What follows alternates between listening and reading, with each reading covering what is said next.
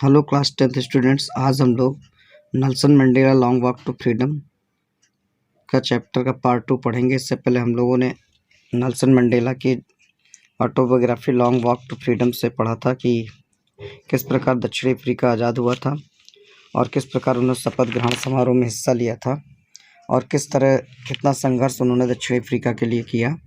अब हम आगे उनके कुछ और विचार दक्षिण अफ्रीका के बारे में देख रहे हैं। अ फ्यू मोमेंट्स लेटर, कुछ क्षण बाद, we all lifted our eyes, हम लोगों ने अपनी आंखों को उठाया।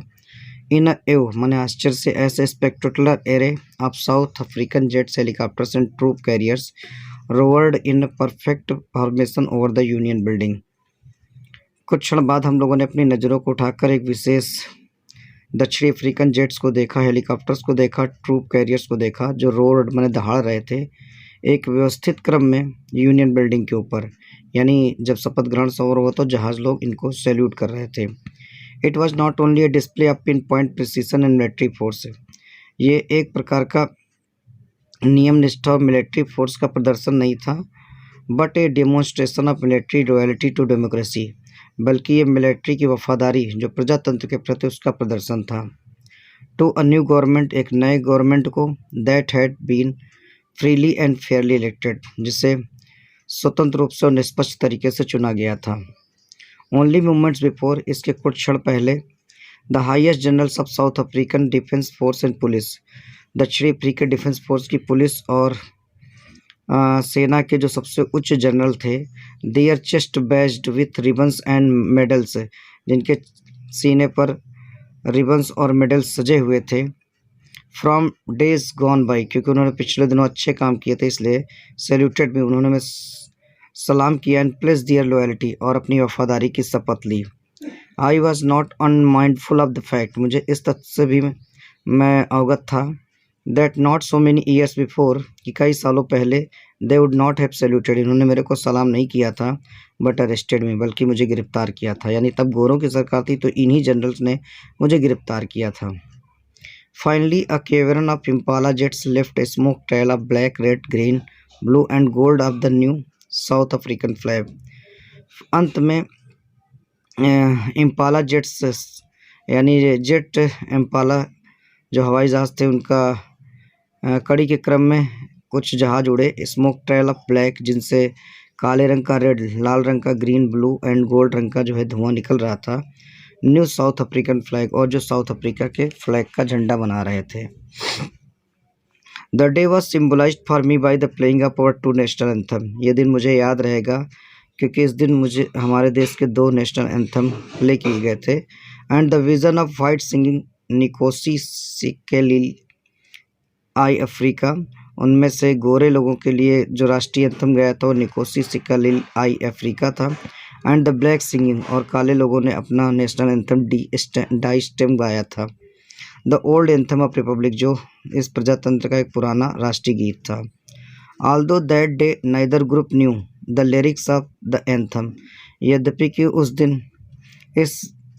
नेशनल एंथम का जो अर्थ था वो कोई नहीं जानता था। दे वंस डिस्पाइज्ड, क्योंकि ये लोग एक दूसरे के नेशनल एंथम से घृणा करते थे। They would soon know the words by heart, लेकिन शीघ्र ये हृदय से इसका अर्थ जान जाएंगे या मन से इसको याद कर लेंगे। On the day of the inauguration, शपथ ग्रहण समारोह के दिन, I was overwhelmed with the sense of history, मैं दक्षिणी अफ्रीका के इतिहास को सोच करके बहुत आश्चर्यचकित हो रहा था। In the first decade of the 20th century, क्योंकि 20वीं शताब्दी के पहले दशक में यानी 1901 से 1910 में, a few years after the bitter Anglo Boer war, कुछ साल बाद जब कड़वाहटपूर्ण एंग्लो बुअर वार हुआ था, एंग्लो अंग्रेजों का बुअर अफ्रीकन का युद्ध हुआ था। And before my own birth, और मेरे जन्म से पहले, the white skin people of south Africa patched up there differences, जो गोरे लोग थे उन्होंने साउथ अफ्रीका में अपने डिफरेंसेस को जब पैचअप कर लिया था यानी सुलझा लिया था। And erected a system of racial domination against the dark skin people of their own land, और उन्होंने एक यहाँ पर जातिगत भेदभाव का सिस्टम जो था गोरे काले का इसी धरती पर जिस पर हम रहते थे उसमें खड़ा कर दिया था। द स्ट्रक्चर दे क्रिएटेड, जो ढांचा उन्होंने खड़ा किया, from the basis of one of the harshest most inhuman, और जो ढांचा उन्होंने गोरे कालों के भीत में खड़ा किया वो दुनिया का सबसे अमानवीय क्रूअल ढांचा था। Society is the world has ever known, इसको दुनिया के देशों ने या दुनिया के समाज ने अभी तक नहीं जाना था। Now in the last decade of the 20th century, और अब 20वीं शताब्दी के अंत तक दशक में यानी 1991 से 2000 के बीच में, and my own decade as a man, और मेरे 70-80 सालों के बीच के दशक में, that system had been overturn forever, इस सिस्टम को हमने हमेशा के लिए ख़त्म कर दिया है। एंड रिप्लेस्ड बाई वन, और इसके स्थान पे एक ऐसा सिस्टम आया है that recognise the rights and freedom of all peoples, जो हर व्यक्ति की आज़ादी और अधिकारों के बारे में मान्यता देता है, regardless of colour of their skin, इससे कोई फ़र्क नहीं पड़ता कि उनकी स्किन कैसी है या उनकी स्किन का कलर कैसा है, गोरा या काला है। That day had come about through the unimaginable sacrifice of thousands of my people, ये दिन जो आया है ये अकल्पनीय हज़ारों लोगों के, अफ्रीकन लोगों के बलिदान के बाद आया है। People who suffering and courage can never be counted और रिपेड, यह ऐसा त्याग और ऐसा बलिदान है, साहस है जिसको कभी गिना और यह मापा नहीं जा सकता, या इसको चुकाया नहीं जा सकता, इसका प्रतिदान नहीं किया जा सकता है।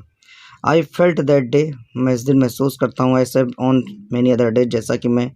कई दिनों महसूस करता था, that I was simply the sum of all those African patriots, कि ये सब दिन जो मेरे लिए आया है ये उन सारे देशभक्तों का जोड़ है, who had gone before me, जो मेरे से पहले जा चुके हैं। That long and noble line indeed, उन्होंने जो लंबी और श्रेष्ठ लाइन खींची है, and now begin again with me, ये मेरे साथ पुनः शुरू हो रही है। आई वॉज पेंड, मुझे इस बात का दुख है, that I was not able to thank them, कि मैं उन्हें धन्यवाद देने के योग्य नहीं हूँ, एंड दैट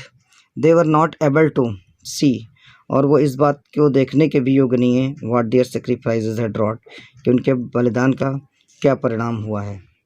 तो इस तरह वो दक्षिण अफ्रीका के उन शहीदों को याद कर रहे हैं जिन्होंने अपना बलिदान दिया दक्षिण अफ्रीका की आज़ादी के लिए।